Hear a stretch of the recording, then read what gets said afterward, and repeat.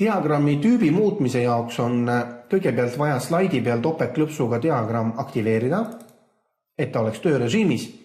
Ja seejärel diagrammi tüübi valikuks tuleks siis vastavalt kas kasutada seda tööriistariva nuppu, diagrammi tüüp, või leiate ka vormindusmenüüst valiku diagrammi tüüp. Tegemine, selle tüübi muutmine on väga sarnane kalkiga. Te peate valima siis vastavalt soovitud diagrammi tüübi.